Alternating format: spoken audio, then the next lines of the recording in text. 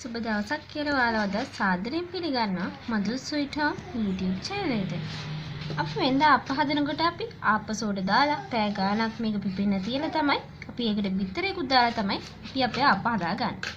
නමුත් මම අද ඔයාලට කියලා දෙන්න යන අප හදන්නේ බිත්තර දාන්නේ නැතුව තාම ශනික විදිහකට පෑ භාගේ ආපසෝඩ දාන්නේ නැතුව තමයි අද අපි මේ අප හදන්නේ. ඉතින් අද අපිට මේ සඳහා අවශ්‍ය වෙනවා කොටාගත් සුදු හාල් පිටි ග්‍රෑම් 250ක්, පොල් වතුර කෝප්ප භාගයක්, සීනි මේස හැඳි භාගයක්, ඒ කියන්නේ තේ හැඳි එකමාරක් විතර. එතන මාරන් තියෙනවා ඊස්ට් තේ හැඳි භාගයක්, අවශ්‍ය පමණ ලුණු.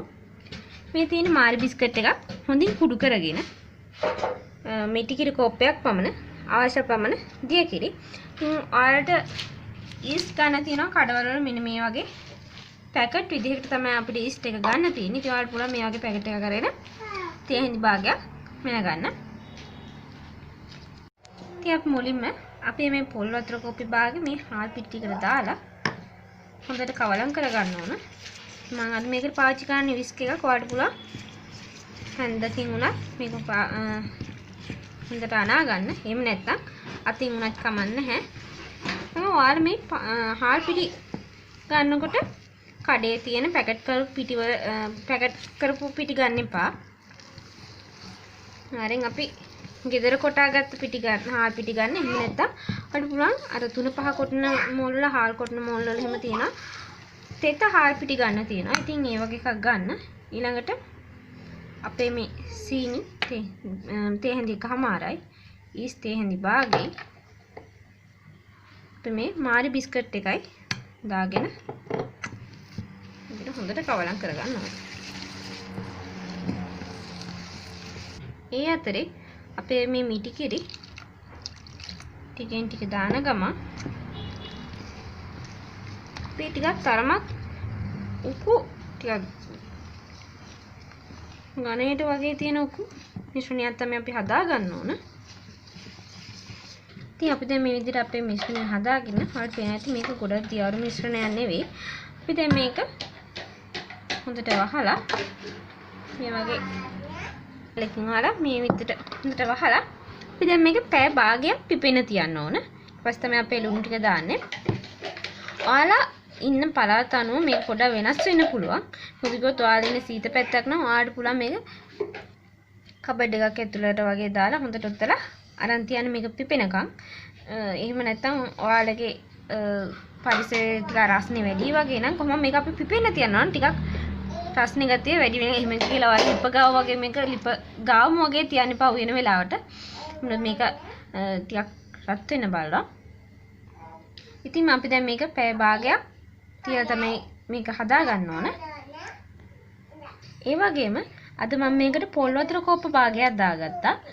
ඉතින් ඔයාලට ඒ කියන්නේ පොල් වතුර නැත්නම් ඔයාලට කරන් තියෙන්නේ මේක දැන් අපි පිපෙන්න පැය භාගයනේ තියන්නේ. ඔයාලා ඒ වෙනුවට ඒ වෙලාව දෙගුණ කරලා පැයක් විතර මේක පිපෙන්න තියන්නේ. එතකොට හරි.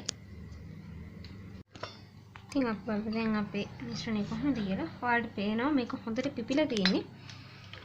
මේක හොඳට පිපුණා නම් ඔයාලට මේ වගේ බුබුලු බලා ගන්න පුළුවන්. ඒ වගේම දැන් උකුයි අපි දැන් මේක දැම්මට වඩා පිපෙන්න තියෙන කලින්ට වඩා මේක දැන් උකුයි. දැන් අපිට තියෙන්නේ අවශ්‍ය ප්‍රමාණයට ලුණු දාගෙන මේක හොඳට කවලම් කරගන්න ඕන. ඉතින් අපේ ආප මිශ්‍රණය පදම වෙනකන් මේ විදිහට තව කිරි දා ගන්නවා. මම දැන් මෙතෙන්දි පාවිච්චි කරන්නේ මගේ ඉතුරු වෙච්ච මිටි කිරි ටික. ඔයාලා ආප හදද්දී මිටි කිරි අප හදන්න ගත්ත මිටි කිරි ටික ඉවරනාට පස්සේ දිය කිරි එකතු කරන්න. අපි දැන් මේක පිපෙන්න දාන්න කලින් මිටි කිරි දැම්මනේ කියලා පිපුණාට පස්සේ දිය කිරි ටික දාන්න හදන්න එපා. ඉතින් අපි දැන් මේ විදිහට අපේ තාච්චියක් ලිපේ තියාගෙන ඔයාලට පුළුවන් ගෙදර අප තාච්චියක් තියෙනවා නම් ඒකෙන් හරි හදාගන්න. ඉතින් මං ගාව මේ අවස්ථාවේ අප තාච්චියක් නැහැ. ඉතින් ඒක නිසා මම මේ කැවුම් වගේ කැවිලි හදන්න පාවිච්චි කරන තාච්චිය තමයි මම මේ ගත්තේ. දැන් මම ඒකේ තල තෙල් ටිකක් ගාගත්තා. ඔයාලට පුළුවන් තල තෙල් නැත්තම් පිරිසිදු පොල් තෙල් උනත් මේකේ හොඳට ගා ගන්න. ඊට පස්සේ අපි මේ අප මිශ්‍රණය අරගෙන ඉතින් කවලම් කරලා මේ විදිහට දාලා අපි පියනකින් වහන්න. ඉතින් ඔයාලට පේනවා ඇති මේක හොඳට කරවලා ඇවිල්ලා තියෙනවා. ඒ වගේම මේක අපිට තාච්චියෙන් ගලවන්න කිසිම අමාරුවක් නැහැ.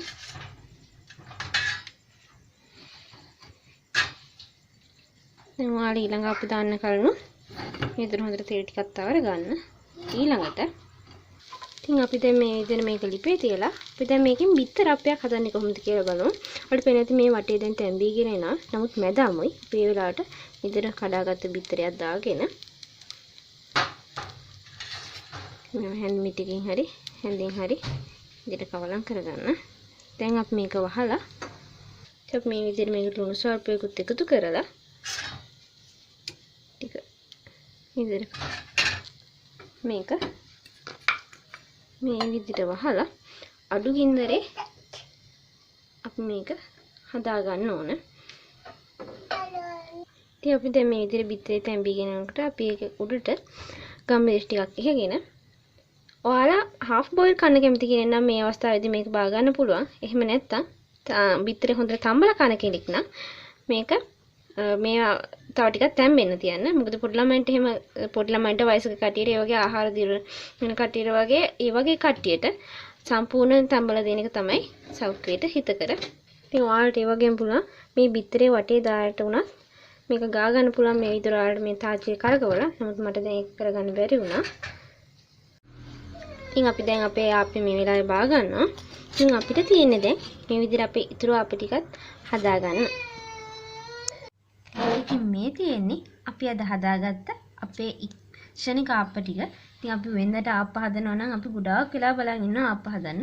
ඉතින් මම අද ඔයාලට කියලා දුන්නා කොහොමද පැය භාගේ ඉක්මනටම ආප්ප හදාගන්නේ කියලා. ඉතින් මම හිතනවා මේ වීඩියෝ එක ඔයාලට ගොඩාක් වැදගත් වෙයි කියලා. ඒ වගේම ඔයාලා මේක හදනකොට අනිවාර්යෙන් කඩේ තියෙන හාල් පිටි ගන්න එපා. කොම්මලකා කියන්නේ පැකට් කරපු හාල් පිටි ගන්න එපා. ඔයාලට පුළුවන් නම් ඔයාලා සුදු කැකුළු හාල් පෙගෙන තියලා පැය 2ක් 3ක් විතර පෙගෙන තියබත් ඇති හොඳ සුදු කැකුළු හාල්. එතකොට ඊට පස්සේ ඔයාලට පුළුවන් ඒක බ්ලෙන්ඩ් කරලා ගන්න. එහෙම නැත්නම් මෝලේ තියෙන තෙතමු හාල් පිටි ගන්නත් පුළුවන්. එහෙම නැතුව කඩේ තියෙන පිටි ගන්න එපා. ඒ වගේම අද අපි මේකට බිත්තර දැම්මේ නැහැ. නමුත් ඔයාලා දැක්කා බිත්තර දැම්මේ නැති වුණත් අපිට මේකෙන් තාච්චියෙන් ගලව ගන්න මේක ගොඩක් අමාරුන්නේ. ටක් ගාලා මේක ගැලවුණා.